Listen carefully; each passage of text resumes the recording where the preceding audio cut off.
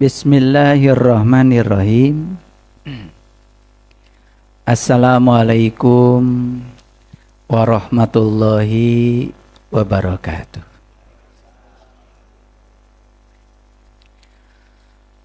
Saya juga tidak tahu itu judulnya lenong dari mana.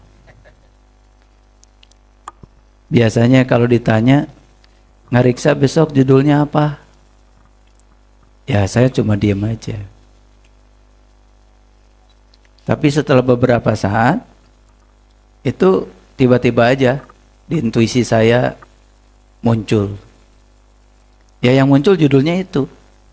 Siap. Saya juga tidak tahu sekarang mau bicara apa. Saya cuma menyerahkan diri aja sama yang ngasih judulnya. Karena tidak mungkin sang semesta ngasih judul nggak ada isinya.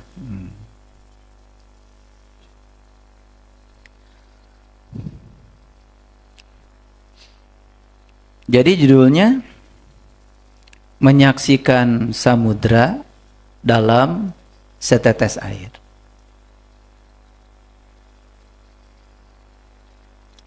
Kalau bicara samudra itu kan tanpa batas. Kalau bicara setetes air pasti terbatas. Ini kan seolah-olah yang tak terbatas tinggal di tempat yang terbatas.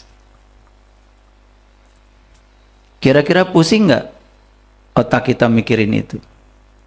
Ya lumayan ya, karena yang besar bisa disaksikan di yang kecil. Selama ini pemahaman kami, kalau lihat atau mencari yang kecil, pasti di dalam yang besar. Padahal di Quran juga ada ayat yang mengatakan bahwa unta aja bisa masuk lubang jarum. Iya ya, nggak ngerti lagi itu ya. Jadi kenapa kita menjadi bingung? Karena kita selama ini berada dalam dimensi materi. Ketika kita berada di dimensi materi, maka di situ pasti ada konsep ruang dan waktu. Ya. Tapi kalau kita memasuki dimensi baru, namanya dimensi energi, maka konsep ruang dan waktu itu lenyap. Oke. Tidak ada lagi. Ketika konsep ruang dan waktu lenyap, berarti sebetulnya samudra dengan tetes itu sama saja. Samudra adalah tetes, tetes juga adalah samudra. Tambah pusing ya? Makanya Allah di dalam Al-Quran, itu surah Al-Fussilat, sering saya sampaikan. Ayat yang ke-53, beliau menyatakan begini. Sanurihim ayatina fil afaq wa fi anfusihim.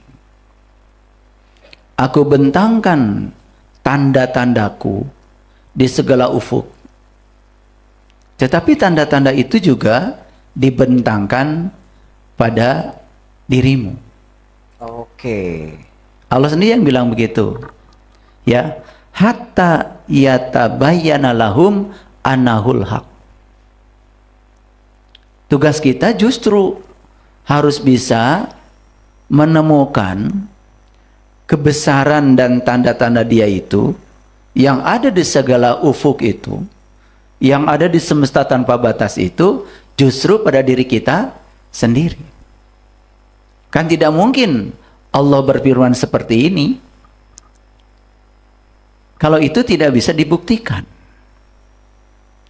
Tidak mungkin Allah berfirman seperti ini kalau itu tidak bisa dialami. Yes, betul. Gak mungkin. Karena Allah itu maha benar. Jadi kira-kira itulah kenapa muncul judul menyaksikan samudra di dalam setetes air. Siapa sesungguhnya diri kita ini? Siapa sesungguhnya manusia itu? Secara fisik, manusia itu kumpulan dari atom-atom. Sedangkan atom sendiri sekarang sudah tidak dipandang sebagai sesuatu yang materi. Ya. Bahkan atom itu dikatakan oleh semua ahli fisika kuantum sebagai ilusi padat. Atom itu sudah dinyatakan sebagai ilusi padat. Karena ternyata atom itu 99,9999999%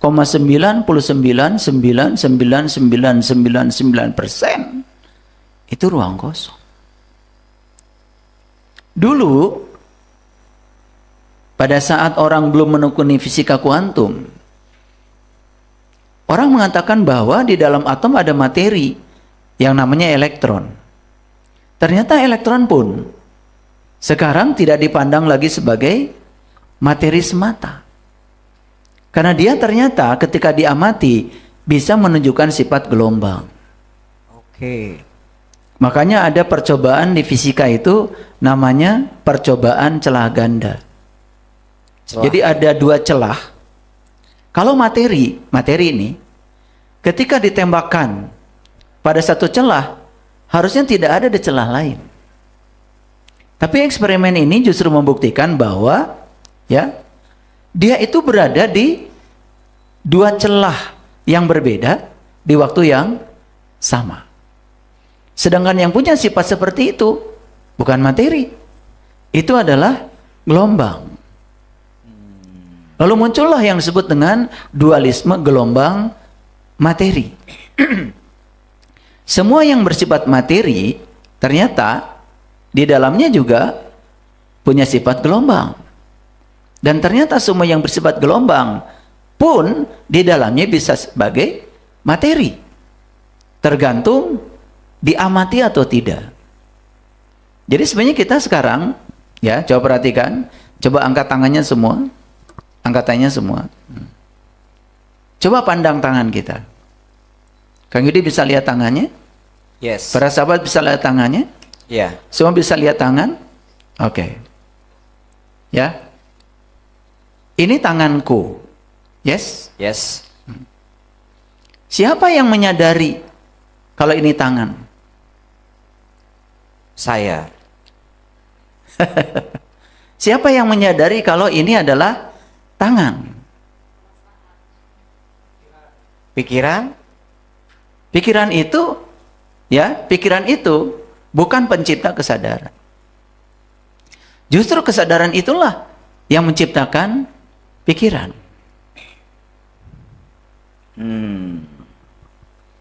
Siapa yang mengatakan bahwa ini tangan? Berarti kan ada sesuatu yang mengamati, ada sesuatu yang menyadari. Ya. Sesuatu yang menyadari itu tidak akan pernah mati, selalu abadi, selalu ada, tidak ternoda, tidak akan pernah rusak. Dan itulah yang kemudian disebut kesadaran. Wow. Okay. Dan sebetulnya yang disebut materi oleh kita ini hanya ilusi pikiran saja. Toh ini tersusun oleh atom, sedangkan atom sendiri adalah ruang kosong. Bapak Ibu sekarang duduk, merasa seolah-olah sedang duduk. Itu kan kesan. Itu ilusi. Karena sesungguhnya Bapak Ibu sebetulnya sedang tolak menolak dengan lantai. Karena lantai ini tersusun oleh atom-atom, di dalamnya ada elektron, tubuh kita tersusun oleh atom-atom, di dalamnya ada elektron, ada gaya elektromagnetik yang tolak menolak antara kita dengan bumi. Lalu timbullah kesan seolah-olah kita sedang menyentuh bumi, padahal sentuhan itu ilusi, tidak pernah ada. Oke. Nah, jadi kenapa Allah mengatakan, aku bentangkan tanda-tandaku di segala ufuk. Dan yang paling penting, ya, tanda-tandaku pun ada pada anfus, pada diri kamu sendiri. Dan siapa yang sudah bisa menyaksikan tanda-tanda Allah di dalam dirinya, maka dia sudah sampai pada apa yang disebut dengan kebenaran. Timbul pertanyaan sekarang, apakah kita sudah sampai pada kebenaran itu? Kalau kita masih bingung, kok samudra bisa tinggal dalam setetes. Ya. Berarti kita masih bingung. Kalau masih bingung, itu tanda sebetulnya kita belum sampai pada kebenaran itu. Oke, saya cerita sedikit ya. Ini fisika sedikit. Sekarang itu batas antara fisik dengan metafisik semakin tipis. Semua saintis yang dalam mempelajari alam semesta dan rahasianya, mereka ujungnya menjadi spiritualis. Bedanya, saintis yang sudah masuk pada dimensi spiritualis tidak pernah berbicara Tuhan, agama, tapi mereka sudah menyelaminya. Yang ribut soal Tuhan dan agama sebetulnya kebanyakan mereka yang belum kemana-mana. Yang ribut mempelajari orang lain, yang menyatakan orang lain salah, sesat, dan sebagainya, itu belum kemana-mana sebetulnya. Coba lihat para saintis. Mereka mendalami matematika, fisika, sains, dan mereka menemukan sudah tidak ada batas lagi antara sains, kesadaran, dan alam semesta ini. Ya. Mereka tidak menyebut Tuhan. Mereka tidak ribut soal agama. Tapi mereka sudah menemukan rahasianya. Jangan-jangan mereka yang disebut sudah berjumpa dengan Tuhan sebetulnya. Ya. Jadi, pertanyaan Kang Yudi tadi, gimana nih? Kok samudra ada di dalam tetes? Karena kita masih di dimensi materi, menganggap bahwa samudra dan tetes itu seolah-olah dua entitas yang berbeda. Padahal samudra air, tetes juga air. Kan sama-sama air. Loh, kenapa kita terkungkung oleh itu? Karena kita terkungkung oleh ilusi. Coba, pernah bingung nggak para sahabat? Ini saya mau nanya, pernah bingung nggak? Kalau nggak pernah bingung, berarti kebangetan. Gak mikir. Allah mengatakan, aku meliputi semesta raya. Aku meliputi langit dan bumi. Betul nggak? Sementara semesta raya itu luas sekali. Tak terbatas. Tak terbatas. Sedangkan Allah mengatakan, aku meliputi semesta raya. Tapi ketika Allah mengajarkan kepada para nabi, para rasul, apa yang diajarkan pada para nabi, para rasul? Wa iza sa'alaka ibadi anni fa inni qarib. Al-Baqarah. Kalau ada orang yang bertanya kepadamu tentang aku, katakanlah bahwa aku dekat. Fa inni qarib. Fa inni qarib. Bingung nggak Bapak Ibu? Sementara Allah mengatakan dia meliputi semesta raya. Sementara beliau mengatakan bahwa beliau amat dekat kepadamu. Terkesan bertolak belakang ya. Bertolak belakang kan? Terkesannya seperti itu. Terkesan bertolak belakang. Yes. Karena apa? Karena kita tidak melihat esensi. Kita membedakan antara samudra dengan tetes. Tapi kita tidak pernah melihat bahwa samudra adalah air dan tetes juga air. Nah, mungkin perlu dijelaskan sedikit ya. Yang hadir itu samudra dulu baru menjadi tetes-tetes. Ataukah samudra itu berisi tetes-tetes? Nah, kalau pertanyaannya masih seperti itu, berarti kita masih berada di dimensi materi. Ya. Kalau sudah masuk ke dimensi kesadaran, pertanyaan itu tidak ada. Bapak Ibu lihat saya. Ini air bukan? Ya. Air. Ini apa? Tetes air. Loh, yang bilang tetes kan kamu. Sama-sama air ya. Ulangi. Ini apa tadi? Air. Saya ngambil dari sini. Ini apa? Air. Terus masalahnya apa? Karena kita terkungkung oleh konsep ini banyak, ini sedikit. Ya. Nah, banyak sedikit itu masalah ruang. Sifat yang di dalam botol yang dengan yang setetes tadi di jari ayah sama ya. Iya. Sekarang kita sakit demam. Apakah darah Bapak Ibu dikeluarkan semuanya? Mati dong. Oh, dicek ke lab gitu ya? Dicek ke lab kan satu tetes aja. Ya. Satu tetes dibawa ke lab, kemudian di lab dites leukositnya, trombositnya, kadar gulanya, kolesterolnya, Ya. LDL-nya, HDL-nya. Wah, tetek bengek. Teteknya aja udah banyak, tambah bengeknya. Betul nggak? Apa yang terjadi? Apakah yang satu tetes diperiksa di lab itu hanya cerita satu tetes? Tidak, itu Tidak. mewakili seluruh tubuh ternyata. Yes. Berarti yang satu tetes itu sebenarnya cerita keseluruhan darah. Jadi kalau Bapak Ibu menganggap enggak, yang sakit satu tetes, yang di sini enggak, ya sudah, berarti yang satu tetes saja dibuang. Tapi faktanya kita tetap sakit. Iya. Betul. Dan perlu ada treatment. Karena ada virus, ada demam berdarah, atau apa saja. Makanya, kenali satu tetes. Maka siapa yang kenal satu tetes, dia kenal keseluruhannya. Muncullah hadis yang mengatakan, Man arofa nafsahu, faqad arofa robbahu. Siapa yang kenal dirinya, dia kenal Tuhannya. Jadi kenali aja satu tetes, kamu akan tahu samudra. Itu maksudnya samudra itu sebetulnya ada dalam tetes. Oke. Udah bisa paham judulnya? Ini baru judul aja nih. Baru judul aja. Oke, gini. Saya mau cerita sedikit. Siap, siap. Ini udah siap nggak belajar hari ini? Makanya saya tanya tadi, udah makan siang belum? Wah, ini kajiannya pasti keren ini ya. Oke. Begini.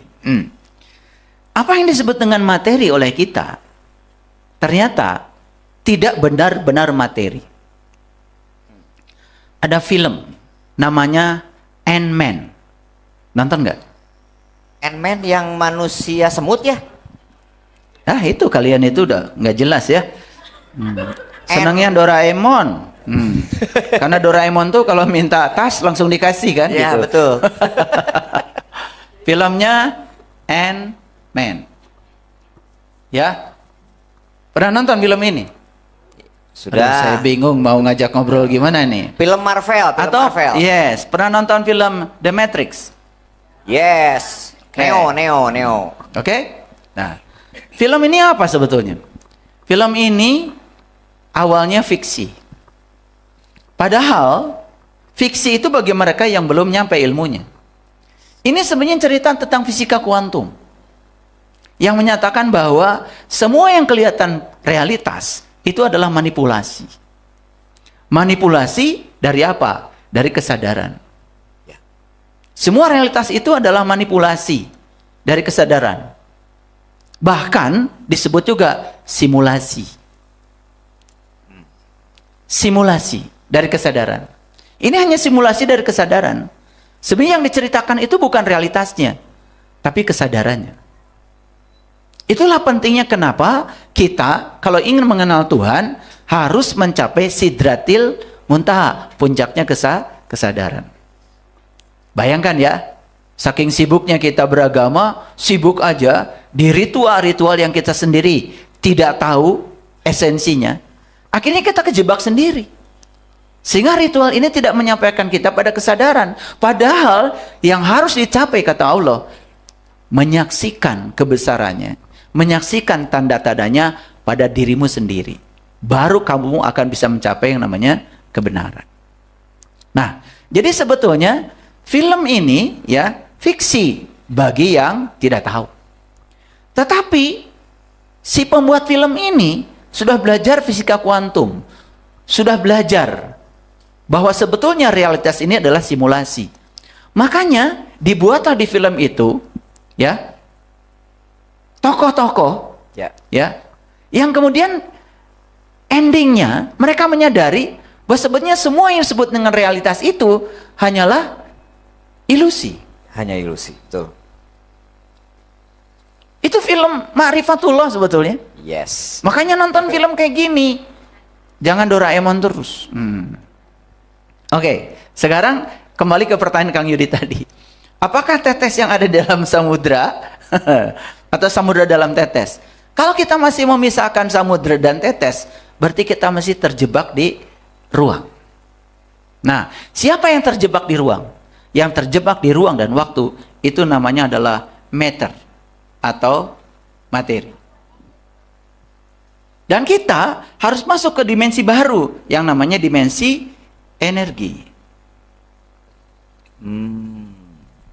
Nah, saya sedikit cerita ya.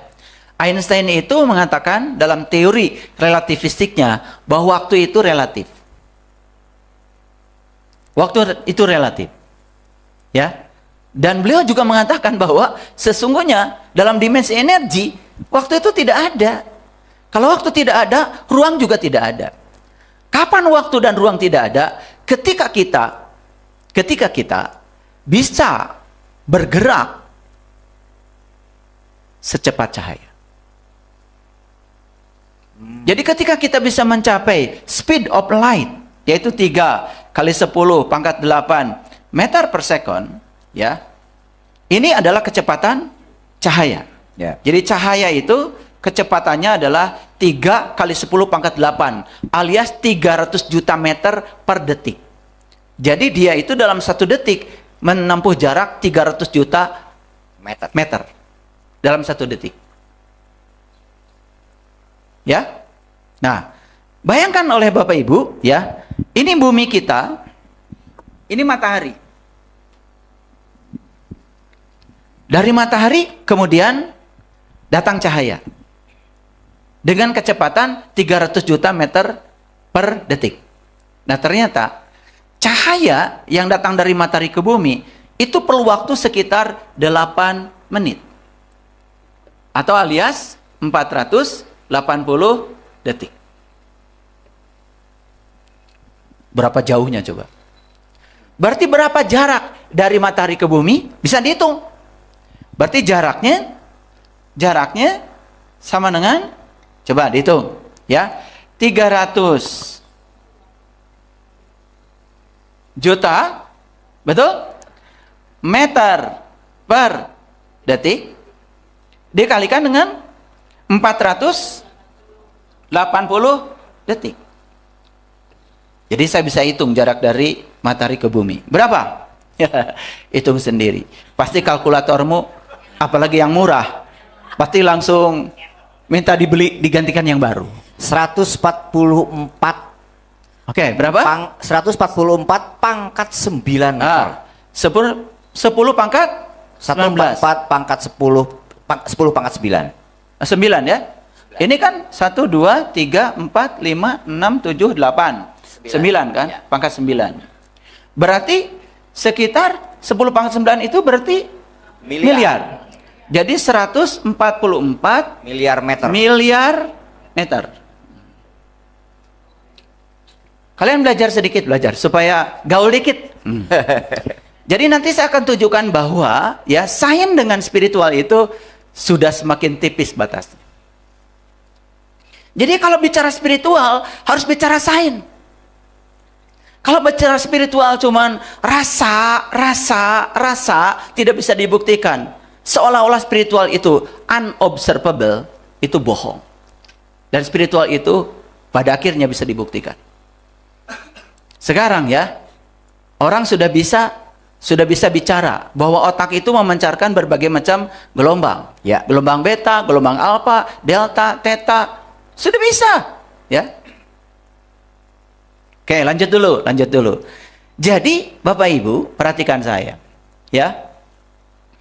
Jarak dari matahari ke bumi aja 144 miliar meter. Itu jaraknya segitu. Cahaya dari matahari ke bumi itu perlu waktu 8 menit.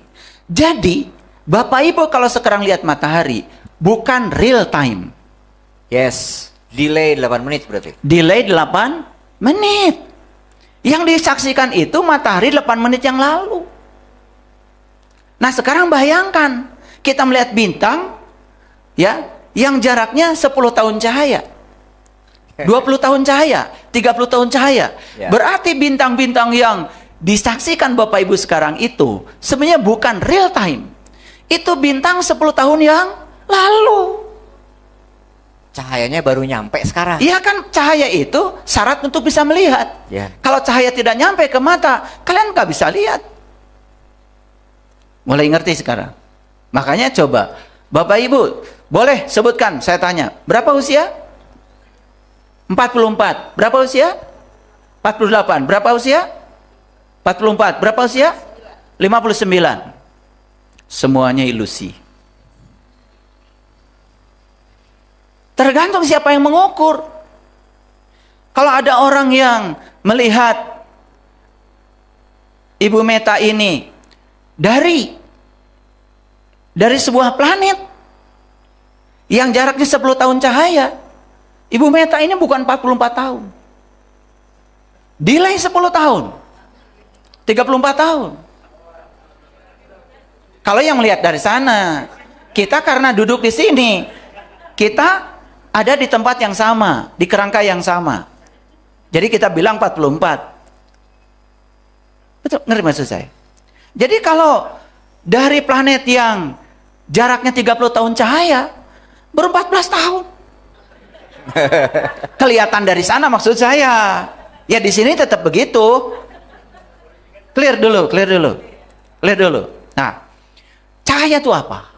Cahaya itu ternyata isinya adalah foton. Jadi cahaya itu kumpulan dari foton.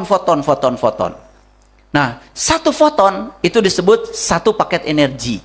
Satu paket energi, energinya adalah sebuah konstanta alam dikalikan dengan frekuensinya. Jadi yang disebut dengan cahaya oleh kita ini sekarang, itu kumpulan dari partikel-partikel foton. Itu sebetulnya energi. Nah, sekarang, kalau satu foton ini jadi pesawat, saya naik di pesawat yang bernama foton, yang kecepatannya 300 juta meter per sekon. Saat itu saya tidak mengalami lagi waktu. Dan saat itu saya tidak mengalami ruang. Ketika waktu tidak ada,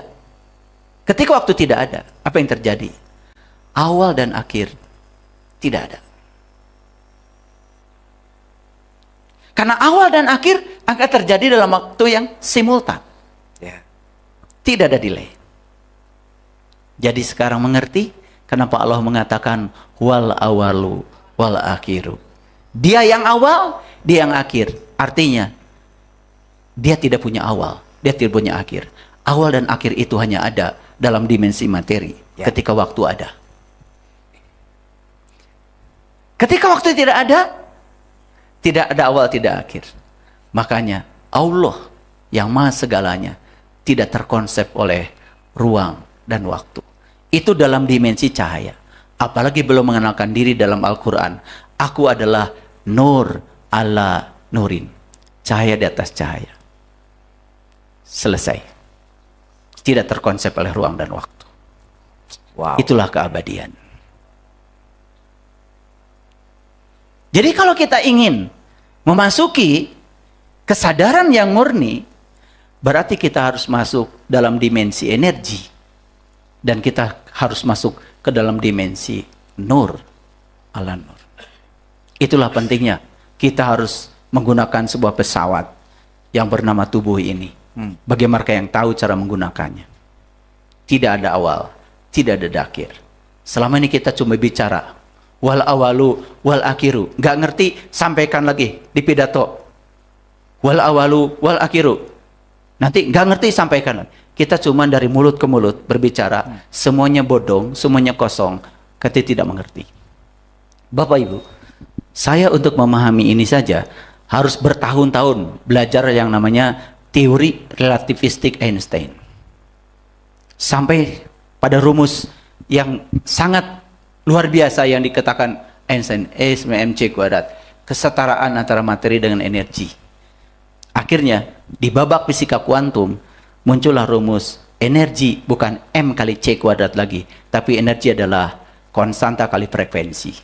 Itulah munculnya energi adalah frekuensi vibrasi.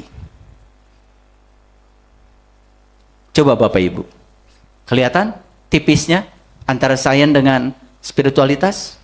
Ya. Sangat tipis. Ya. Sangat tipis. Dan sekarang Orang bicara kesadaran, sudah observable, sudah terukur. Bahkan David Hawkins bisa membuat skala kesadaran udah kuantitatif pakai angka-angka. Ya. Orang yang rendah diri, malu 20 frekuensinya. Orang yang penakut, ini frekuensinya. Orang yang penuh syukur, cinta, ini frekuensinya. Baca buku Letting Go. Dan saya pernah coba memahami artikelnya David Hawkins. Saya cari jurnalnya yang terakreditasi. Kenapa beliau bisa mengukur ya kesadaran dalam bentuk angka-angka? Gimana caranya? Ternyata beliau mengukur dari mana? Mengukur dari aspek materi. Jadi menggunakan teori namanya tension. Jadi ketika orang kesadarannya rendah, diukur dari tubuhnya. Tubuhnya kaku, banyak penyakit, tatapan wajahnya nggak jelas.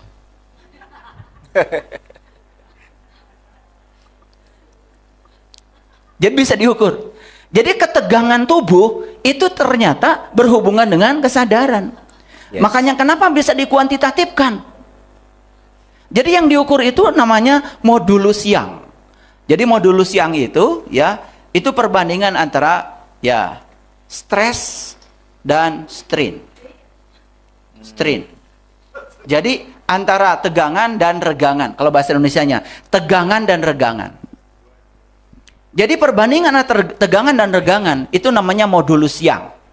Nah, itu yang kemudian dijadikan sebagai dasar untuk mengukur. Jadi kalau orang ini badannya, energinya nggak mengalir, banyak sumbatan, ya, gampang tersinggungan.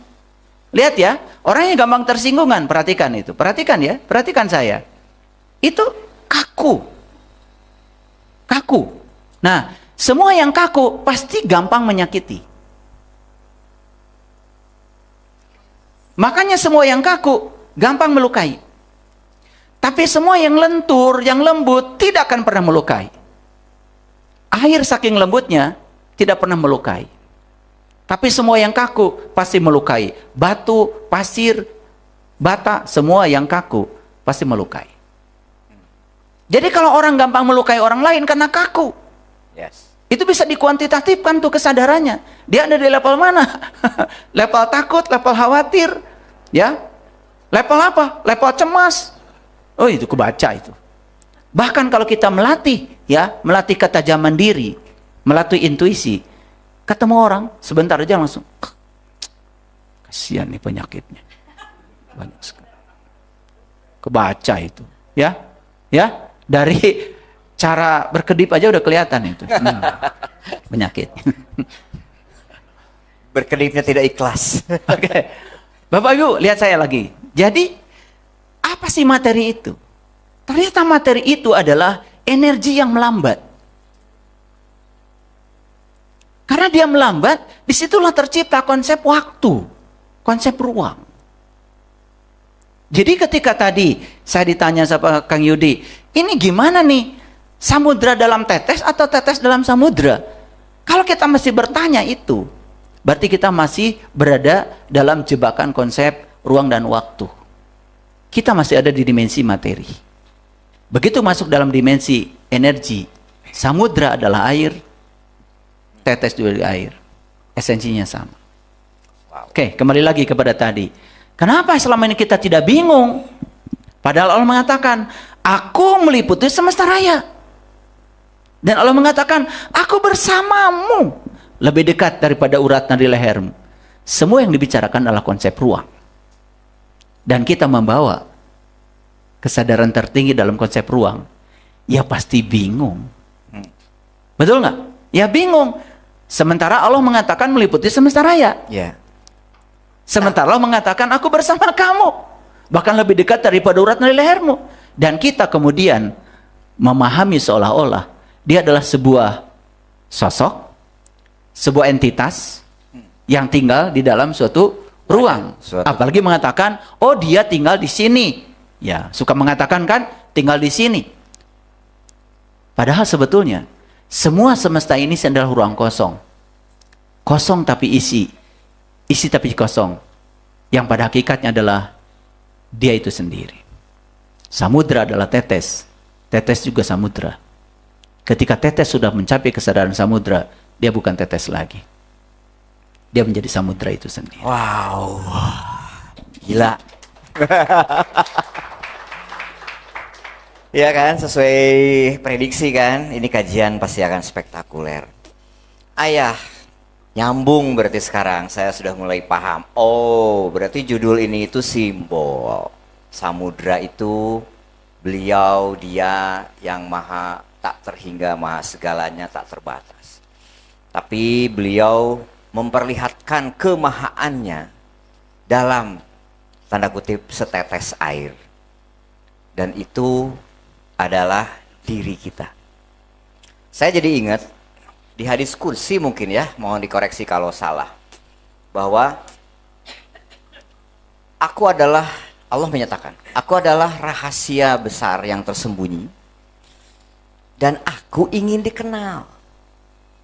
Maka aku ciptakan alam semesta beserta isinya, termasuk manusia, sebagai cerminanku.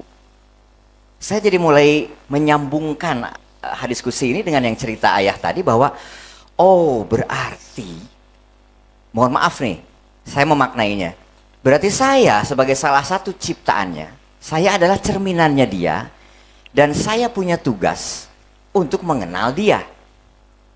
Dan nyambung kepada tadi, berarti saya setetes dan saya harus mengenal samudra, dan gak usah jauh-jauh, samudranya pun ada di sini. Karena saya air, dia pun air. Sementara saya memaknai seperti itu, mohon koreksinya ayah. Nah, sehingga jadi pertanyaan, jika ya apa yang tadi saya konklusikan, berarti manusia yang seperti apa sih yang bisa, tanda kutip, untuk mengenal samudra di dalam dirinya? Pasti ada cara-cara itu ya. Oke. Ini pertanyaan semakin dalam ya, semakin menarik. Sebetulnya diskusi yang tadi bunyinya begini. Kuntu kanzan mahfian wa ahbabtu an u'rifa fa khalaqtu khalqan. Aku adalah suatu perbendaharaan yang tersembunyi. Aku ingin agar aku dikenali. Maka aku ciptakan ciptaan untuk mengenali aku. Siapa yang ingin dikenal? Allah. Siapa yang harus mengenal? Allah. Bukannya semua di semesta ini adalah Dia? Nyambung ke situ ya. Itu ya. Karena kita ini selama ini belajar ilmu tauhid nanggung, gak jelas. Akhirnya ilmu tauhid kita itu cuma nadom aja, tidak nyata dalam kehidupan. Makanya kadang-kadang orang mengaku dirinya seolah-olah sudah bertauhid, ya, lalu menyebut kata tauhid aja dengan istilah yang salah. Tauhid itu satu.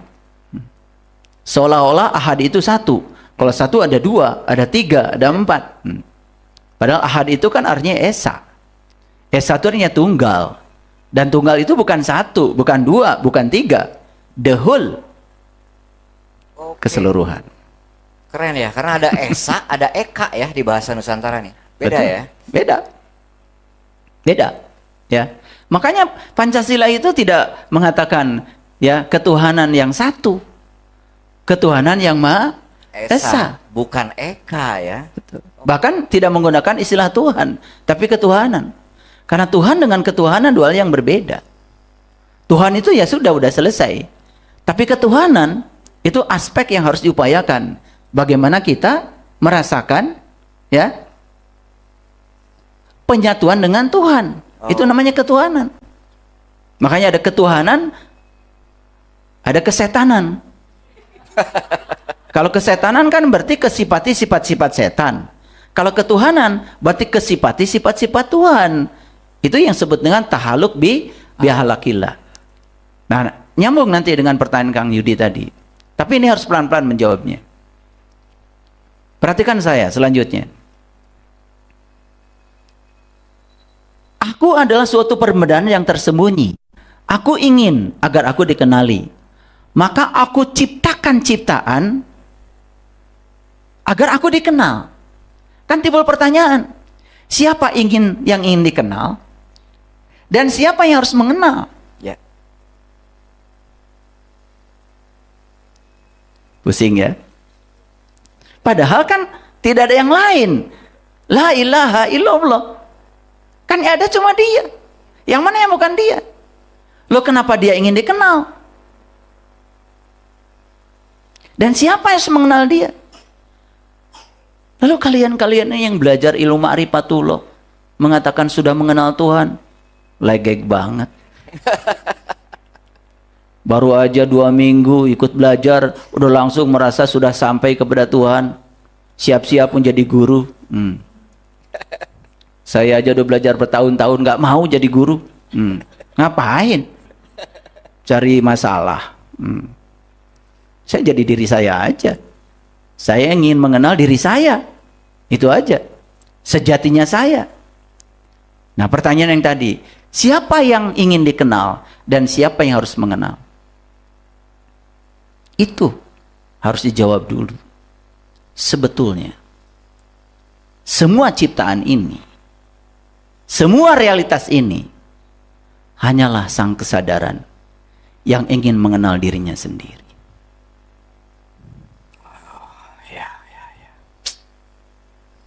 Air harus mengenal air itu sendiri. Yes. Sang kesadaran yang ingin mengenal dirinya sendiri. Gak penting kesuksesan, gak penting kegagalan, karena tidak ada yang perlu dicapai dalam hidup. Tapi yang paling penting adalah bagaimana kita bisa menemukan makna dari semua proses itu. Karena pada intinya adalah sang kesadaran ingin mengenal dirinya sendiri. Terus kalian-kalian ini belajar ma'rifatullah, mengenal Allah. Sepertinya Allah itu terpisah dari kalian dan menyatakan saya sudah sampai, saya sudah berjumpa, saya sudah mengenal. Apa-apaan itu semua? Bullshit semuanya. Dan ciri orang yang sudah sampai pada kesadaran, dia menjadi kesadaran itu sendiri. Tidak ada samudra, tidak ada tetes, yang ada cuma air. Clear? Oke. Sekarang saya minta dihapus dulu ini. Siap. Ini karena kalau nggak nulis-nulis nanti nggak ngerti. Kalau disebut-sebut itu nanti nggak ngerti. Nanti habis ini nonton Ant-Man, nonton The Matrix, ya. Biar nanti kalau saya bicara nyambung. Kalian Doraemon terus. Kenapa nonton Doraemon seneng? Karena Doraemon tuh apa aja yang diminta langsung ada. Dan itu kemudian dibawa ke dalam spiritual. Betul nggak? Wah, diatur-atur Tuhan supaya kalau minta tas langsung ada, kan gitu. Akhirnya jadi Tuhan kita itu ya Doraemon. Tega-teganya. Oke, baik, lihat saya semuanya. Ya. Kalau kita belajar astronomi, di astronomi itu ada yang dikenal dengan istilah supernova. Yes. Mungkin Kang Yudi pernah dengar supernova. Ya. Supernova. Yang kemudian karena supernova ini bentuknya mirip-mirip dengan bunga mawar, warnanya kemerah-merahan, maka disebut saja dengan merah mawar atau mawar merah. Yang lebih luar biasa lagi, kata merah mawar ini disebutkan dalam satu ayat dalam Al-Quran. Apa itu? Di Quran surat Ar-Rahman ayat 37. Yes. Allah mengatakan begini, Fa'idha sakotis sama'u pakanat wardatan kadihan. Ketika langit ruhanimu terbuka, maka kamu akan menyaksikan merah mawar seperti minyak yang sedang mendidih. Kadihan itu minyak yang sedang mendidih. Pernah lihat minyak sedang mendidih?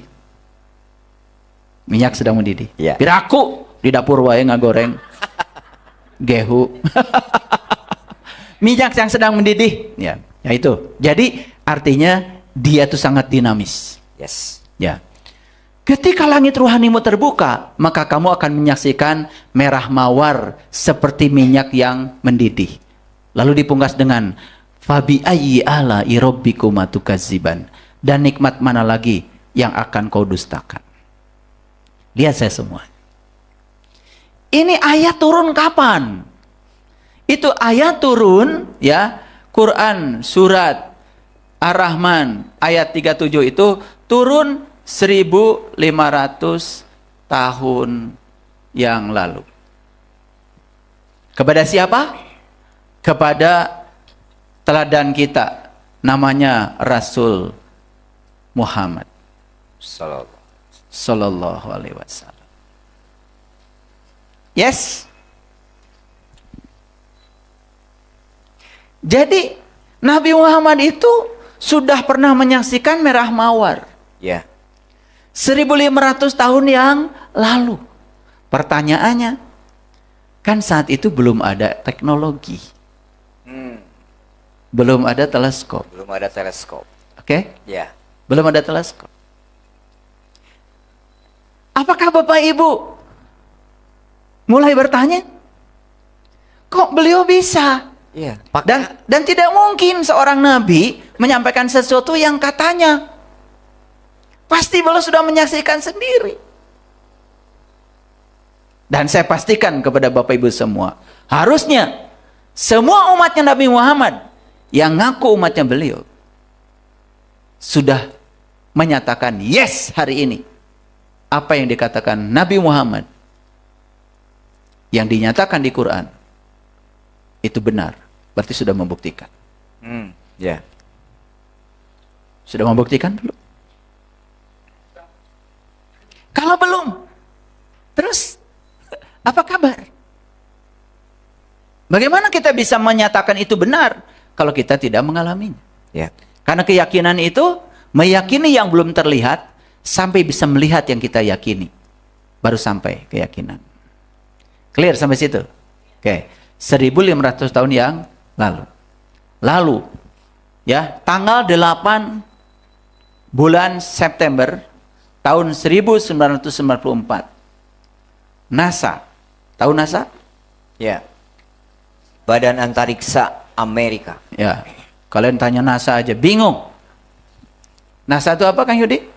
Badan antariksanya di Amerika Ya, Serikat. sebuah badan antariksanya Amerika. Karena Amerika itu bukan hanya ngurusi urusan-urusan yang Yang di bumi saja. di bumi saja. Yang di angkasa pun udah mulai dikuasai. Sudah mulai kan sekarang, ya. Bapak Ibu di gunung sekarang udah ada internet. Internet sudah sampai gunung.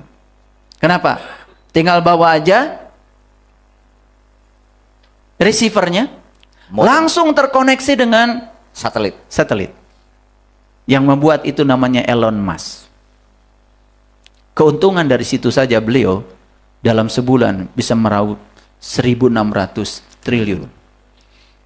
1.600 triliun itu saya kasih tahu. Berarti 1.600 miliar. Biar pusing kalian. Sok arek belanja naon.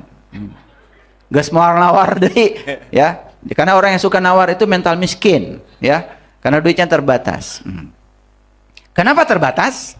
Itu ikutlah pelatihan dirindukan uang. Yes. Oke, ini dulu belum selesai. Tahun 1994 tanggal 8 bulan September NASA mengumumkan bahwa NASA sudah bisa menangkap yang namanya mawar merah. Ini adalah babak baru ya. Semua ahli fisika mulai memikirkan apa itu supernova. Yes. Ternyata supernova itu adalah massa yang sangat masif kemudian meledak dan itulah yang kemudian diramalkan sebagai asal muasalnya semua ciptaan ini. Ya. yang namanya teori Big Bang. Oke. Jadi tahun 1904 NASA mengumumkan ini. NASA menggunakan apa? Menggunakan alat namanya teleskop Hubble.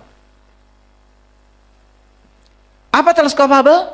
Teleskop yang dibuat oleh seorang astronom, dia fisikawan, namanya Hubble. Ini nama sangat mencurigakan. Karena Amerika biasanya namanya Michael, Stephen, Yudi. nggak ada. Oh, nggak ada. Yang ada Jordan. Yudi itu pasti dari Ciparai. Ya. Paling Pangandaran lah saya tahu. Jadi ini namanya mencurigakan. Anak Amerika namanya Hubble. Sedangkan Hubble itu bahasa Arab. Itu ada di Quran surat Ali Imran. Wa'tasimu bihablillahi jami'a. Hubble itu artinya adalah tali. Habli, tali. Bayangkan, orang Amerika, lahir di Amerika, namanya tali. Kelihatan seperti ini adalah kebetulan. Ya, terkesan. Padahal ini adalah hukum the law of correspondence, hukum kesesuaian. Bapak Ibu, yang luar biasa apa? NASA bisa menghitung. Ternyata ya, yang ditangkap oleh teleskop Hubble itu adalah ledakan bintang yang terjadi sekitar 5.200 tahun cahaya. Wow. Jadi 5.200 tahun cahaya itu artinya apa? Ini cahaya ledakannya sudah terjadi 5.200 tahun yang lalu. Dan cahayanya baru tertangkap oleh teleskop Hubble 5.200 tahun kemudian. Ya. Karena cahaya untuk merambat perlu kecepatan 300 juta meter per sekon. Nanti kalian pulang dari sini pusing-pusing sekalian. Jadi ahli fisika kita pulang. Ya. Biar ngaji itu sekalian ya. Tambah pusing tambah bagus. Ini pusing enggak, ngerti enggak, itu yang berbahaya. Ya. Ngaji cuman nyala-nyalain orang. Pusing enggak? Ya. Ngerti enggak? Itu yang masalah. Jadi kalau pusing aja udah berhasil ngaji itu. Ya. Mending pusing sekalian. Nah, pusing itu sebetulnya adalah awal untuk mengerti. Jadi kalau kalian dengerin kajian saya bingung, itu bagus. Karena orang bingung pasti mencari. Ini bingung enggak? Ngerti enggak? Luar biasanya malah merasa sudah punya pahala. Begitu ditanya pahala apa juga nggak ngerti. Ya. Mohon maaf ya, saya tidak menawarkan pahala buat kalian. Apalagi menawarkan surga. Apalagi nakut-nakutin neraka. Silakan, surga dan neraka itu urusan kalian. Dengan diri kalian sendiri. Mau bikin surga boleh, bikin neraka boleh. Bukan Allah yang bikin. Sampai sini ngerti? Tapi pertanyaan yang luar biasanya, Kang Yudi. Lihat saya semua. Ini ibu bapaknya Hubble. Ini ada rambutnya ibunya, maksud saya. Ya. Kurang pinter saya kalau menggambar nggak kayak Kang Yudi. Lalu lahirlah anak namanya Hubble. Ini anak namanya Hubble. Saya nggak tahu dia lahir tanggal berapa. Tapi yang jelas Hubble itu, perhatikan saya. Ini ledakan sudah terjadi nih. Ledakan sudah terjadi. Big Bang sudah terjadi. Big Bang sudah terjadi. Kapan? 5.200 tahun yang lalu.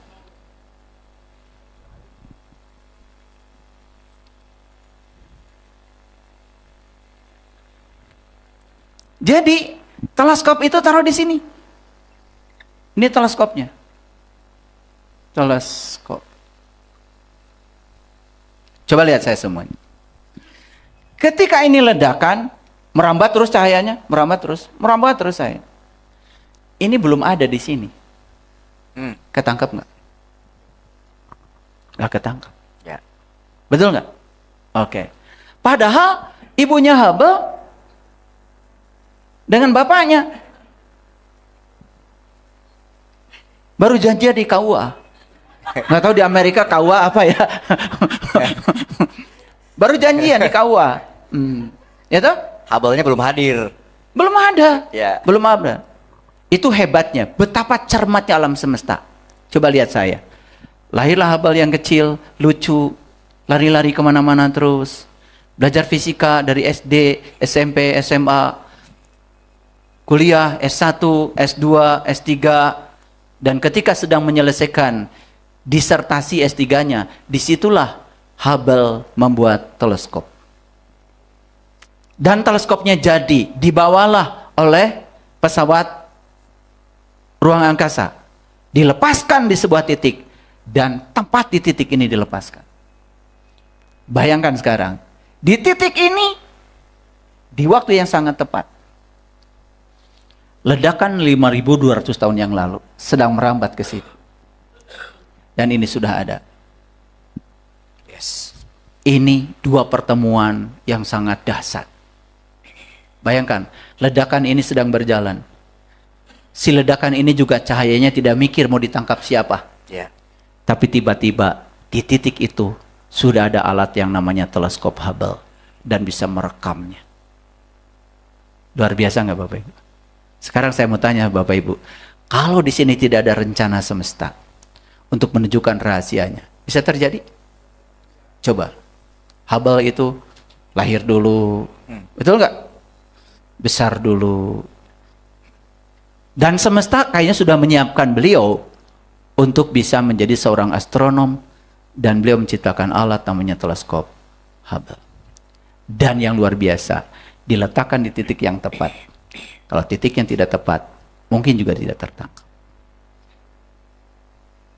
Coba bayangkan Bapak Ibu. Jadi cara semesta memaksa kita untuk menangkap rahasianya begitu luar biasa. Tapi kita semua abai. Begitu banyak tanda-tandanya yang Allah perlihatkan di semesta. Dan yang luar biasa lagi, ini membenarkan apa yang disaksikan oleh Nabi Muhammad. Pertanyaannya, apakah yang disaksikan oleh NASA sama dengan yang disaksikan Nabi Muhammad? Sama apa beda? No. Yang disaksikan oleh NASA itu materi.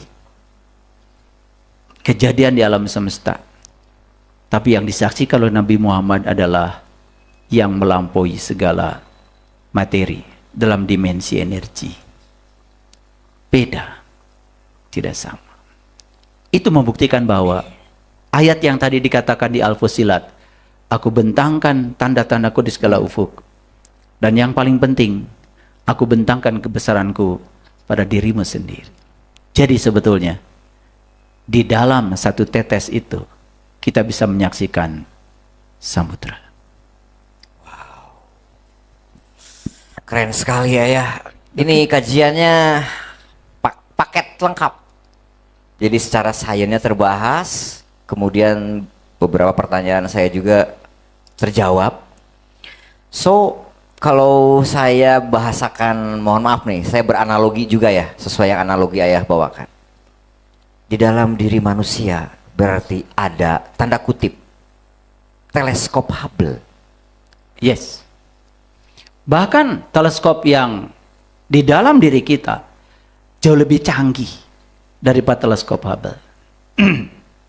Kalau sekarang kita merasa bangga ada AI, padahal AI sudah ada sejak lama. AI ada di ruang kosong ini. Yes. Dia adalah memori semesta yang mencatat semua data. Dan apapun yang kita sekarang sampaikan lewat energi, frekuensi dan vibrasi ke semesta ini, semua diwujudkan menjadi realitas. Tidak ada yang tidak dijawab. Ud'uni astajib lakum. Berdoalah kepadaku, pasti aku akan mengabulkannya. Jadi kalau ada orang mengatakan doa itu ada yang dikabul, ada yang tidak dikabul, itu orang tidak mengerti Quran surat Al-Baqarah ayat 186. Di Quran tidak ada doa yang tidak dikabul. Dengarkan kata-kata saya. Ud'uni astajib lakum. Berdoalah kepadaku, pasti aku kabulkan. Bingung kan? Bingung apa tidak? Bingung. Bingung karena kenyataannya ya minta kaya belum kaya ya. Itu. Karena kita memahami doa itu apa yang diungkapkan lewat kata-kata. Kata-katanya menginginkan sesuatu. Tetapi perasaannya, pikirannya tidak sejalan. Yang dipahami semesta itu adalah frekuensi yang kita getarkan pada semesta, bukan kata-kata. Masih ingat Kang Yudi? Tempo hari saya diskusi dengan Kang Yudi dan teman-teman. Karena saya mengumpulkan sesuatu yang mereka belum mengerti tentang hukum tarik menarik. Ada sahabat kita ya yang mengatakan begini, saya dari dulu bersumpah saya tidak mau kerja di Jakarta kalau sudah lulus kuliah. Selesai kuliah malah kerja 12 tahun di Jakarta. Lalu bingung, di mana hukum tarik menarik? Kan saya tidak mau, malah saya ditempatkan di situ. Baru saya jawab, itulah hukum tarik menarik. Kok bisa? Oke, saya beri contoh yang sederhana. Karena saya mau ngasih contoh, ini harus diminum dulu. Ya, betul ya, betul ya. Hebat ya kajian hari ini, alhamdulillah rezeki kita. Jadi saya bukan pengen minum, cuman ini memang harus kosong. Perhatikan saya, Bapak Ibu. Siapa yang memilih kalau ini adalah setengah isi? Saya. Oke. Silahkan, siapa lagi? Oke. Nah, banyak. Siapa yang memilih ini setengah kosong? Silakan. Oh, ada juga ya. Oke. Oh, itu ketuanya ya di atas. Tolong, jangan ragu-ragu di depan saya. Udah, acungkan tangan yang memilih setengah kosong. 1, 2, 478 orang ya. Oke. Tadi ada 3.000 orang memilih setengah isi. Ada 478 orang. Cepat sekali Kang Yudi pakai fisika kuantum. Iya, betul. Lihat saya semua. Ada yang memilih ini setengah isi. Tapi ada yang memilih ini setengah kosong. Apa bedanya? Beda fokus. Yang memilih setengah isi, fokusnya pada isi. Yang memilih setengah kosong, fokusnya pada kosong. Yang fokus pada isi, dia akan menarik isi. Like attracts like. Yang fokus pada kosong, dia akan menarik kosong. Dan dia akan terus melawan kekosongan dan berusaha mengosongkannya untuk mendapatkan isi. Mustahil. Lihat Bapak Ibu. Tidak mungkin saya bisa meniadakan kekosongan dengan melawan kekosongan itu sendiri. Semakin saya memfokuskan pada kekosongan, saya semakin dihadiri kekosongan lebih banyak. Padahal kosong ini sederhana, cuman ketiadaan isi. Paham? Yes. Kosong ini apa? Ketiadaan isi. Jadi caranya untuk meniadakan kekosongan gimana? Isilah. Isi saja. Fokus pada isi.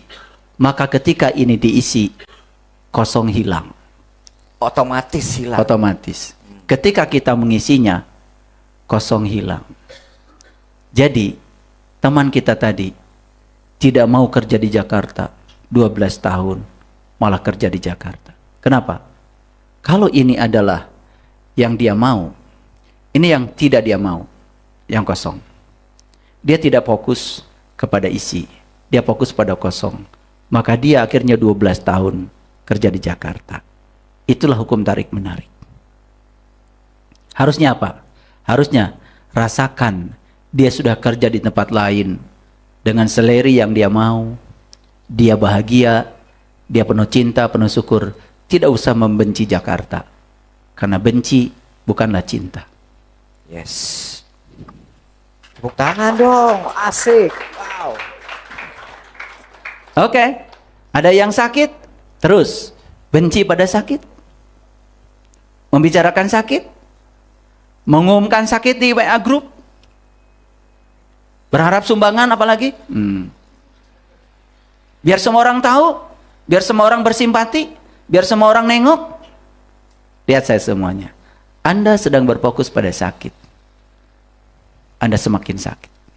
Harusnya Anda fokus pada sehat dan rasakan seolah-olah sehat sudah menjadi milikmu tanpa harus membenci sakit. Ketika kita sehat, sakit tidak ada. Sebetulnya sakit itu apa? Hanya ketiadaan sehat. Hadirkan aja sehat, sakit tidak usah dibenci, tidak usah dilawan, maka sakit akan pergi dengan sendirinya tanpa harus diusir. Jadi, memahami hukum yang sesederhana itu saja, kita belum pas. Apa yang terjadi? Akhirnya kita terus ya merasa sudah kerja keras, merasa sudah berdoa, merasa sudah berusaha, betul nggak? Merasa sudah melakukan segalanya, sudah ikut pelatihan ini, pelatihan itu. Apalagi yang melatihnya belum membuktikan, cuman ngomong doang, belum mengalami. Iya. Mengajarkan kaya, dia sendiri supaya disebut kaya rental mobil. Kan dia menipu dirinya sendiri. Itu melawan hukum alam. Betul nggak? Itu. Kembali lagi ke judul kita. Lihat saya Bapak Ibu. Jadi, ya, Allah itu meliputi semesta raya, meliputi diri kita semua. Jadi ketika kita bukan lagi tetes, tidak merasa bagian dari dia, tetapi dia, kita sudah menyadari bahwa kita sudah satu dengan kesadarannya. Ya. Seperti minyak yang tinggal dalam air, tapi dia sudah tidak merasa sebagai minyak yang berdiri sendiri. Dia buang semua kotoran-kotoran yang menyebabkan dia jadi minyak. Dan dia kembali menjadi air. Ketika air dengan air bersenyawa, itulah satu kesadaran. Begitu kita satu kesadaran dengan kesadaran murni itu, tidak ada minyak, tidak ada air. Yang ada semuanya adalah air murni. Di situ kita bisa bersenyawa. Itulah ketuhanan yang Maha Esa. Wow, makasih sekali Ayah. Izin ayah guru, ayah bunda sekalian yang hadir di studio juga. Ini karena live TikTok. Ini ada pertanyaan. Ini terserah nanti ayah jawabnya sampai level seperti apa. Tapi saya akan bacakan ini dari sahabat kita yang di TikTok. Ayah tadi membahas atau menyinggung terkait Tuhan dan nyambung dengan istilah nur ala nurin. Saya sempat belajar tanda kutip tasawuf, dan saya belajar tentang atau ada dikenal istilah johar awal. Apakah yang dibahas oleh ayah itu nyambung dengan yang pernah saya ketahui terkait johar awal? Iya. Monggo ayah bahas dari sisi mana, silakan. Di dalam kitab-kitab inti, terutama yang di agama Islam, kalau kita baca kitab Syirul Asror yang ditulis oleh Syekh Abdul Qadir Jailani, yang pernah belajar Thariqah Naqsabandi barangkali, mungkin pernah membaca kitab itu, atau sering manakiban, pasti diceritakan itu sejarah itu. Saya pernah berada di situ, pernah belajar itu. Jadi di situ dikatakan bahwa yang pertama kali Tuhan ciptakan sebelum alam semesta ini dicipta adalah nur. Namanya adalah cahaya terpuji. Bahasa Arabnya adalah Nur Muhammad. Nur Muhammad itu adalah cahaya terpuji. Nah, cahaya terpuji itu dalam martabat 7 alam, itu yang disebut dengan alam wahdah. Jadi alam ahadiyah yang ngawang-nguwung kemudian bermanifestasi menjadi alam wahdah. Itulah betapa cinta kasih beliau, saking ingin dikenal. Makanya di dalam banyak ayat dalam Al-Quran, Allah mengatakan begini. Sebelumnya kamu tidak mengerti apa itu kitab. Sebelumnya kamu juga tidak mengerti apa itu iman. Lalu aku jadikan ruh sebagai nur. Itu. Ya. Asyura 52 ya. Asyura 52. Ah, itu hebatnya Kang Yudi. Apal nomor ayatnya. Itu salah satunya. Ya.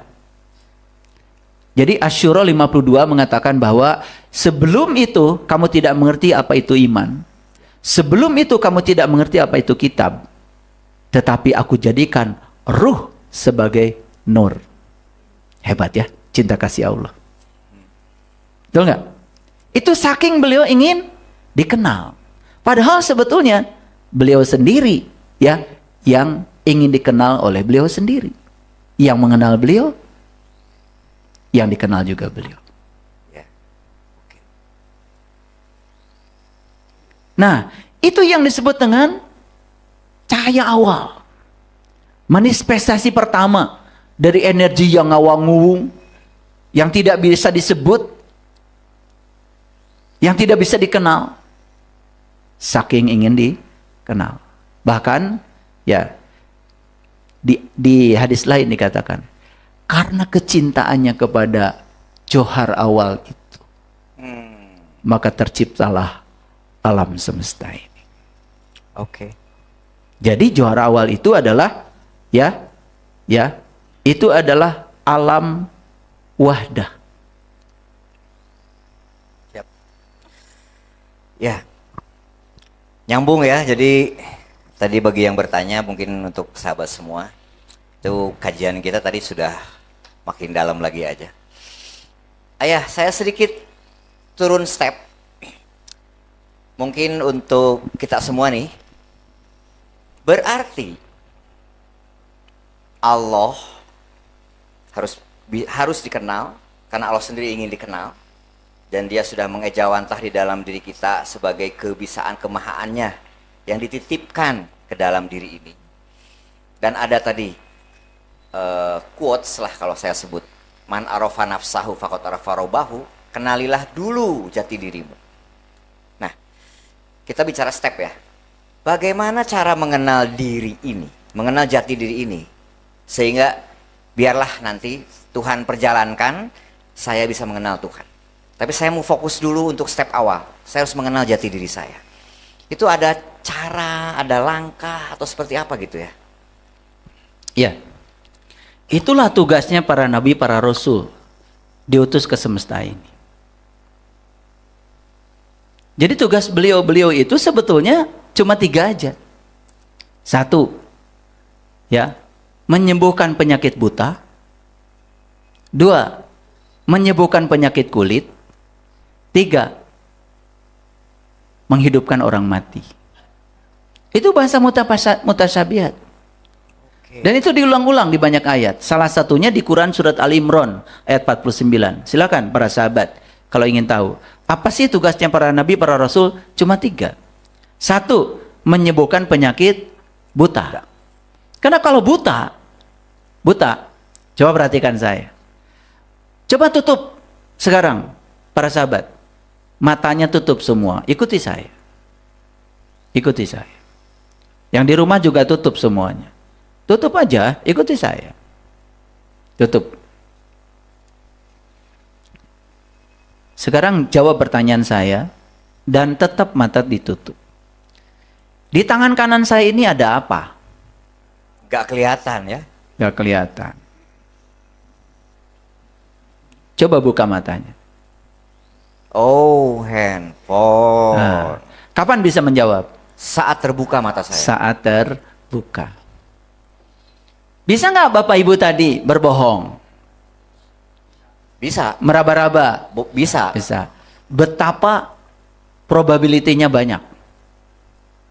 Bisa jadi sampai mati Bapak Ibu nggak bisa menjawab di tangan kanan saya apa. Gara-gara kelopak matanya tertutup. Ketika kelopak mata tertutup, apa yang terjadi? Tidak ada cahaya yang datang ke sini. Oke. Karena tidak cahaya yang datang ke sini, maka kita tidak akan mengenali benda. Sebab unsur pertama yang harus ada untuk melihat sesuatu adalah cahaya. Itu di dunia materi. Ternyata di dunia spiritual, unsur pertama untuk bisa menyaksikan dan membongkar semua rahasia semesta, itu juga cahaya. Tapi bukan cahaya yang ini. Ini disebut cahaya majasi. Cahaya sejati. Cahaya di atas cahaya. Bagaimana kita bisa dengan tepat menyebut, bisa dengan tepat mengidentifikasi kalau mata kita tidak kedapatan cahaya. Mata lahir aja begitu tertutup kelopaknya langsung tidak bisa melihat. Ya. Apalagi mata jiwa, mata batin. Clear sampai sini? Oke. Jadi kenapa para nabi dan para rasul ditugaskan untuk yang satu itu? Oke. Apa itu? Menyembuhkan penyakit buta. Bukan buta mata lahir. Tetapi kebutaan yang paling berbahaya itu adalah kebutaan mata kolbu. Kebutaan mata jiwa. Bisa terbayang tadi? Oke. Bapak Ibu tadi waktu merem, mungkin ada keinginan untuk menduga. Iya. Ada? Ada, nebak-nebak. Nebak-nebak. Dan semua tebakannya pasti salah. Karena apa? Karena kemungkinannya banyak. Akibatnya yang lebih berbahaya lagi. Kalian nanti satu dengan yang lain berantem. Padahal sama-sama menebak. Sama-sama salah. Sama-sama salah. Tetapi merasa paling benar. Betul nggak? Coba lihat. Semua yang berantem dan merasa paling benar dan suka nyalin orang. Tahu penyebabnya? Tahu sekarang? Karena tidak tahu. Karena masing-masing sedang menebak. Bahaya nggak penyakit buta?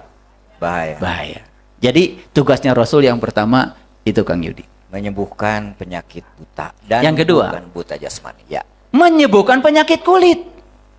Ngerti sesuatu cuman permukaannya aja. Lihat saya semuanya. Semua yang mengerti sesuatu permukaannya saja, dangkalnya saja, akibatnya nggak tahu esensi. Seperti tadi tuh. Begitu saya bilang samudra, samudra. Iya, air. Begitu bilang tetes, tetes. Dia tidak ngerti esensinya apa. Esensinya kan sama. Kan sama-sama air. Begitu sama-sama air, nggak berantem lagi. Kan samudra air, tetes juga air. Terus apa masalahnya? Kan sama-sama air.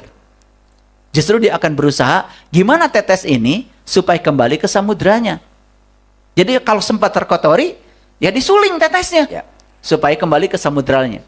Kembali ke samudra, itulah innalillahi wa inna ilaihi rajiun. Siapapun yang sudah kembali ke kesadaran murninya, percaya sama saya, dia akan sejalan dengan ilahi.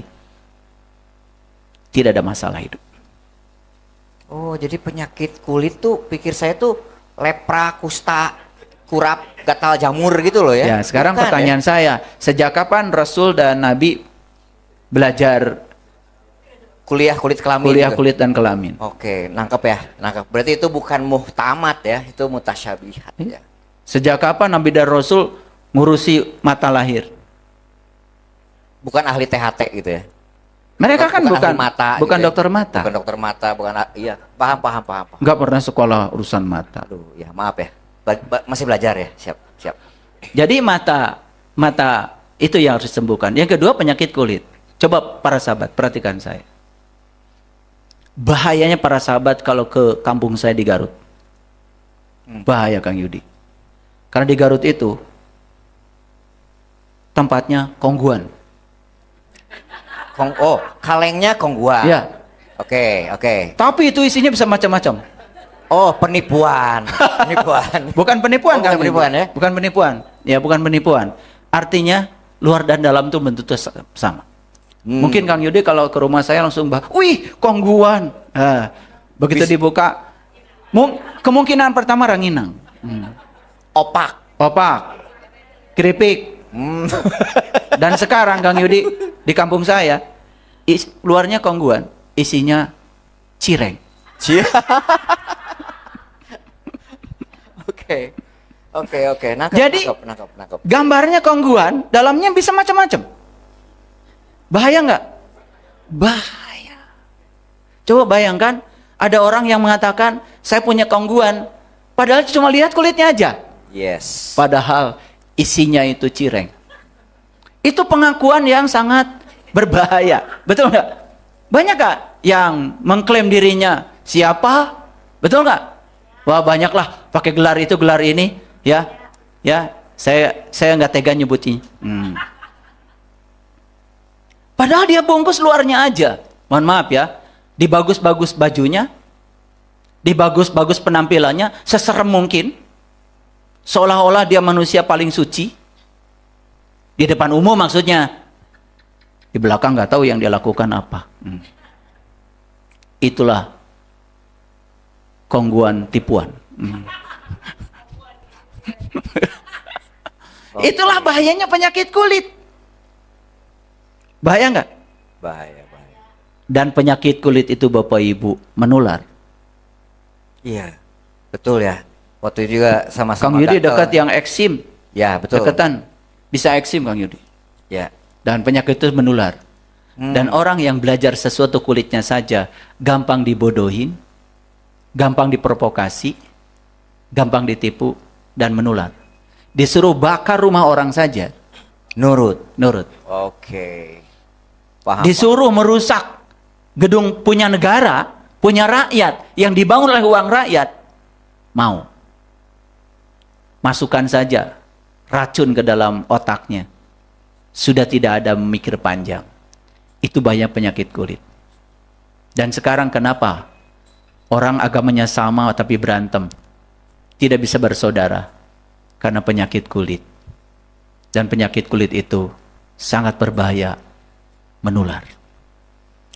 Dan yang ketiga, tugasnya para nabi itu adalah menyembuhkan, menghidupkan orang mati. Bukan orang mati kemudian dibangunkan lagi melanggar hukum alam. Orang yang sudah mati ya sudah. Emang tubuhnya tidak layak lagi untuk meneruskan perjalanan. Tapi tenang, nanti diganti tubuh baru yang casingnya lebih bagus. Untuk melanjutkan perjalanan berikutnya. Jadi, ya, siklus kehidupan itu tidak perlu keyakinan. Karena itu sudah merupakan hukum alam. Karena jiwa abadi, maka jiwa untuk proses belajarnya perlu tubuh yang abadi. Makanya biar dikubur dulu. Karena apa? Perhatikan saya. Atom-atom yang memisahkan diri dari tubuh tidak pernah rusak. Dan atom itu tidak pernah rusak. Atom-atom itu nanti akan masuk lagi ke akar, akan langsung masuk. Jadi mineral. Ya. Bapak Ibu perhatikan. Saya baca statistik luar biasa. Ternyata ya, sekali kita bernafas, Yes. atom-atom yang ada di udara ini, apa itu nitrogen, oksigen, apa itu karbon, apapun namanya, di sini banyak sekali. Ya. Sekali kita menghirup napas, atom yang terhirup oleh kita itu jumlahnya 10 pangkat 22 buah. Wow. 22 buah. Jadi 10 pangkat 22 apa ya namanya? Kalau 10 pangkat 6 juta, 10 pangkat 9 miliar, 10 pangkat 12 triliun. Ini 10 pangkat 22. Sok, tak hitung kemana. Itu sekali kita tarik nafas. Dan ternyata, dihitung nih, pakai fisika statistik. Fisika statistik itu, ya, kita berbicara fisika, bukan dari aspek makro, aspek mikro. Jadi udara yang dari Amerika bisa datang ke Ciparai. Ya. Udara dari Ciparai nanti bisa sampai ke Amerika. Bayangkan. Jadi udara yang kita hirup sekarang ini, atom-atomnya, mungkin pernah dihirup oleh Michael Jackson. Mungkin pernah dihirup oleh Leonardo da Vinci. Yes. Tahu Kang Yudi? Ya, Siapa ya? ya. Orang mana itu? Itu orang Italia ya yang melukis Mona Lisa. Betul. Bagus Kang Yudi, berarti luar biasa. Tepuk tangan buat Kang Yudi. Ayah mah suka ngetes, saya bunda suka ngetes. Jadi udara yang kita hirup ini bisa jadi udara yang sama yang pernah dihirup dinosaurus. Yes. Yang pernah dihidup oleh leluhur kita, bapak ibu kita. Karena dia tidak pernah hancur. Bahkan ada teori dalam fisika, ternyata Ada hukum kekekalan massa. Kekekalan massa. Oke. Semua atom-atom yang ada di sini itu tidak bisa dimusnahkan dan tidak bisa diciptakan. Jumlahnya konstan. Dan dia terperangkap oleh atmosfer bumi. Dan dia tidak bisa lepas ke planet lain. Mungkin baru dengar ya, kajian seperti ini ya. Ya, ini spiritual dan saintual. Jadi coba perhatikan Bapak Ibu ya. Yang kita hirup ini udara, molekul-molekul ini mungkin pernah didaur ulang. Pernah dipakai siapa, Bahkan mungkin udara yang sama yang masuk ke sini yang pernah dihirup orang tua kita, nenek kita, kakek kita. Ya. Dan begitu beliau tidak ada di sini, beliau tidak menggunakan lagi ini. Tetapi molekul-molekul yang ada di tubuhnya lepas lagi ke alam. Unsur tanah kembali ke tanah, unsur air kembali ke air, unsur udara kembali udara, unsur api kembali ke api. Jadi jumlahnya di sini selalu konstan. Subhanallah, subhanallah. Jadi kalau kita mau merenungi ini semua, bayangkan, luar biasa. Betapa kita ini sebetulnya terkoneksi semuanya. Ya. Melalui sang ruang kosong tadi ya. Nah, makanya tugas para nabi, para rasul yang ketiga adalah menghidupkan orang mati. Yang mana yang harus dihidupkan? Bukan orang mati dihidupkan lagi.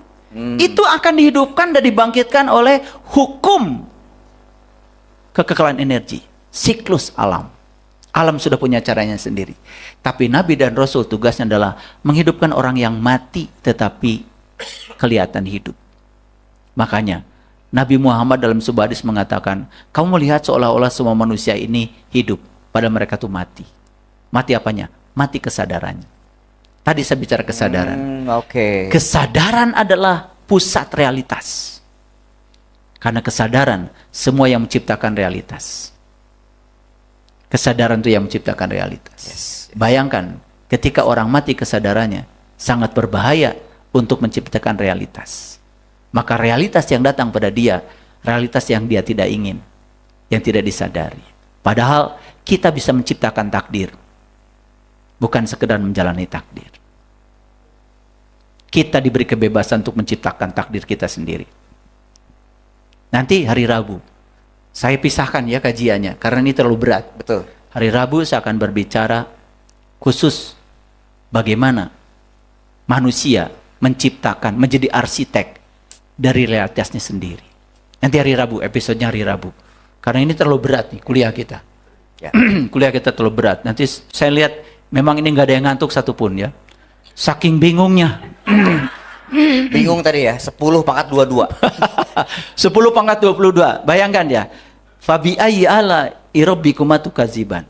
Satu kali tarik napas, kalian mengambil molekul-molekul di udara ini yang jumlahnya 10 pangkat 22 buah.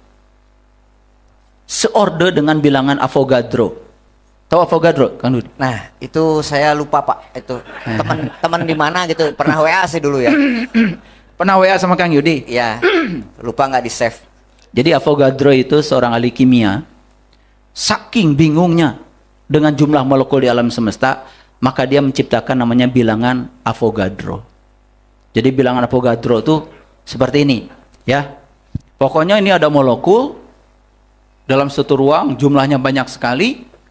Maka dia bilang, ya, berapa jumlahnya? Dia bilang 1 mol, 2 mol, 3 mol, gitu aja, disingkat.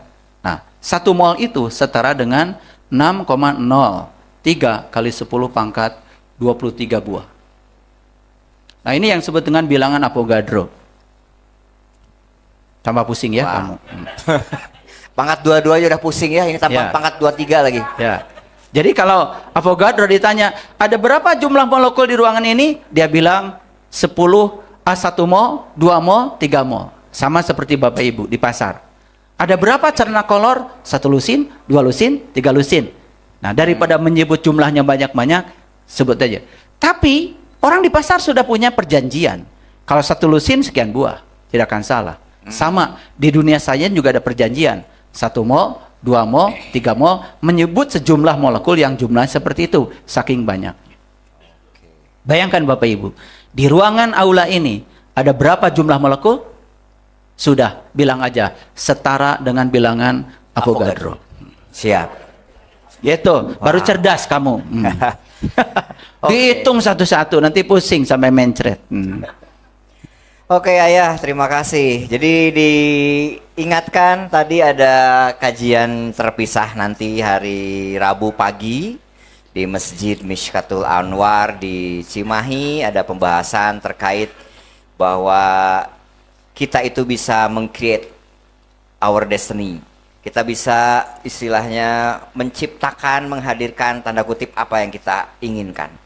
Agar tidak salah paham, memaknainya, monggo di haturanan, dipersilahkan Ayah Bunda hadir ya. Karena saya nangkep ada sedikit bocorannya. Life is a choice. Hidup itu adalah pilihan. Kita mau seperti apa, itu ada pilihan, dan pilihan terserah kita. Panjang lebarnya pasti Ayah Guru sampaikan nanti di hari Rabu ya. Nah Ayah, sebagai penutup, karena kita udah ngobrol-ngobrol hampir mau 2 jam. Tapi mohon ini Ayah bantu jelaskan, sekaligus Ayah berikan closing untuk kajian kita ngariksa pada siang hari ini. Tadi Nabi dan Rasul dihadirkan oleh semesta sebagai bukti welas asih cinta kasihnya semesta kepada kita semua.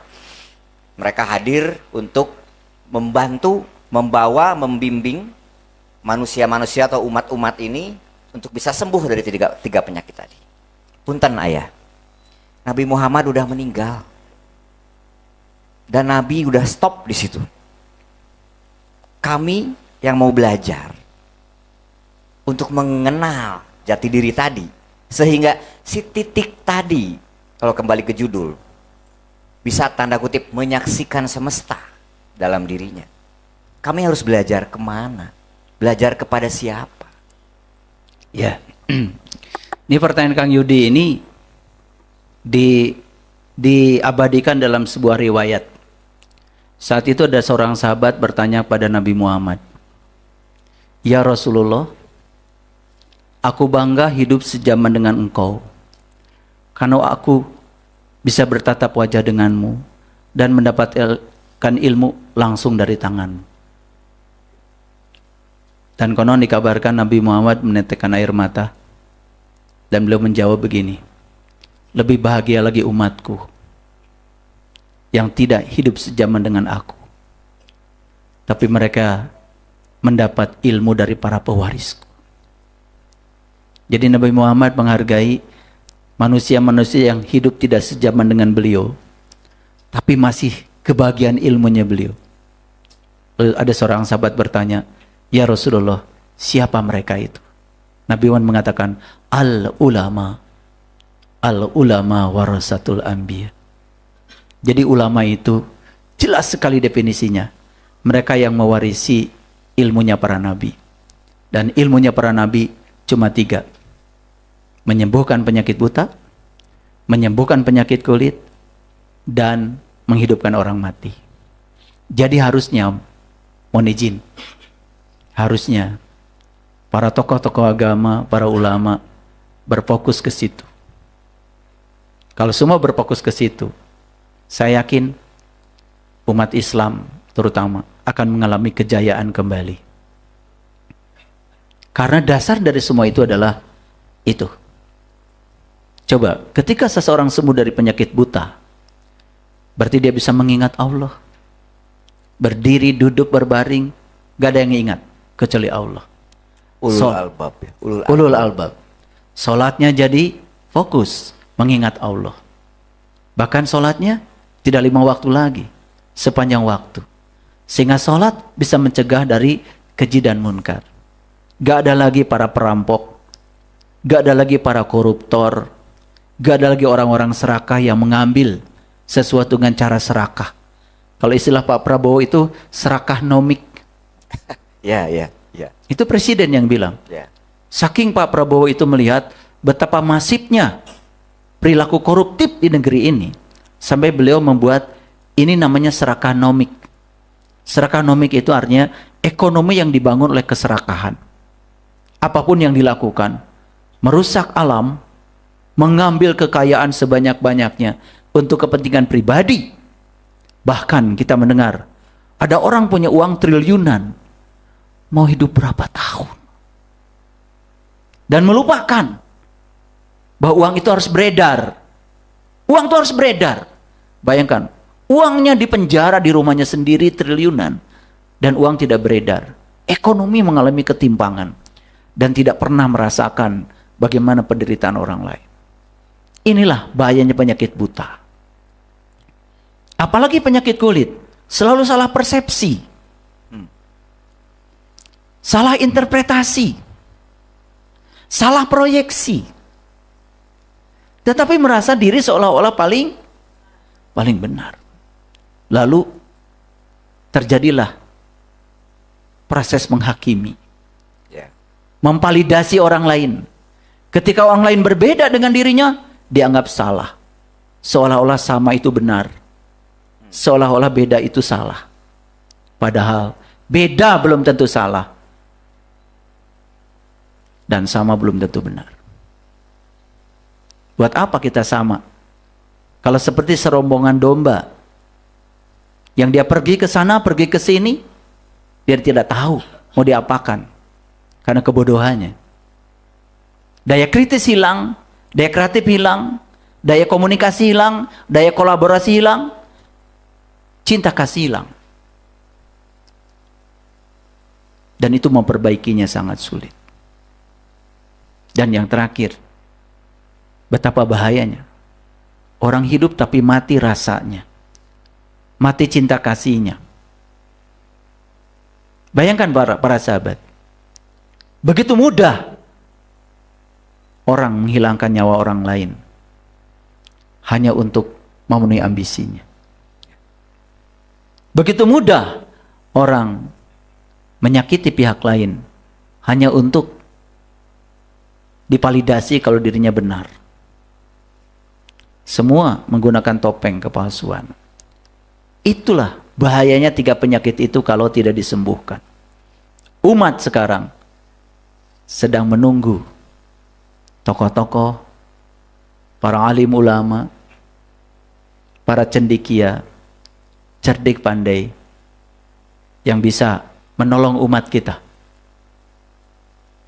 Apakah mereka tidak menjalankan ritual setiap hari tekun? Tapi mereka juga tidak mengerti esensinya buat apa. Dan mereka perlu ditolong. Perlu ditolong. Dan itulah kita butuh orang-orang yang berkesadaran. Dan orang yang berkesadaran ini, para sahabat, berarti orang yang kesadaran dirinya sudah manunggal dengan kesadaran ilahi. Dan yang sudah manunggal dengan kesadaran ilahi, cirinya sederhana. Dia bisa menerima semua orang apa adanya. Tidak pernah memilah mana kawan, mana lawan. Menyayangi orang tanpa batas, tanpa syarat. Dia bisa menyayangi semua orang tanpa melihat atribut dan identitasnya apa. Dia sudah universal. Kasih sayangnya tanpa syarat. Itu yang kita butuhkan hari ini. Itulah kira-kira statement terakhir dari saya hari ini. Para sahabat, mohon maaf kalau saya terlalu emosional. Inilah getaran yang ada di batin saya hari ini. Saya menulis, saya bicara, supaya ini semua terkomunikasikan. Tidak ada ambisi apa-apa dari diri saya. Saya hanya ingin apa yang saya alami, saya rasakan, juga bisa dialami dan dirasakan oleh para sahabat semua. Hidup itu sebetulnya sangat menakjubkan. Terima kasih. Assalamualaikum warahmatullahi wabarakatuh.